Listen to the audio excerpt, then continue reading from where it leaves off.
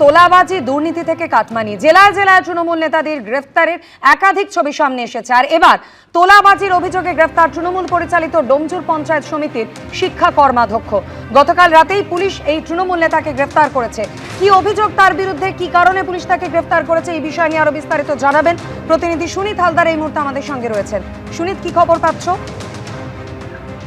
দেখো, যেটা জানা যাচ্ছে পুলিশ সূত্রে যে গতকাল রাতে ডোমজুর থানার পুলিশ ডোমজুর যে পঞ্চায়েত সমিতি আছে তার শিক্ষা কর্মাধ্যক্ষ জয়দীপ বর্মনকে তার বাড়ি থেকে গ্রেফতার করেছে। এটা জানা যাচ্ছে পুরনো একটা তোলাবাজির মামলাতে তার বিরুদ্ধে অভিযোগ দায়ের হয়েছে এবং সেই ঘটনার তদন্তই পুলিশ উঠে আসে এবং তাকে বাড়ি থেকে গ্রেফতার করা হয়। ধৃতর বিরুদ্ধে স্পেসিফিক মামলা রুজু করে পুলিশ তদন্ত শুরু করেছে এবং ধৃতকে আজ হাওড়া আদালতে তোলা হবে। আজকে যখন তাকে মেডিকেল পরীক্ষার জন্য ডোমজুর গ্রামীণ হাসপাতালে নিয়ে যাওয়া হয়, এলাকার বাসিন্দারা তাকে দেখে ক্ষোভে কার্যত ফেটে পড়েন। তার বিরুদ্ধে নানা ধরনের কটূক্তি শোনা যায় এবং এই ঘটনা উত্তেজিত জনতা তাকে কার্যত ঘিরে দেওয়ার চেষ্টা করে। তবে ঘটনাস্থলে পুলিশ থাকায় বিশেষ কিছু হয়নি।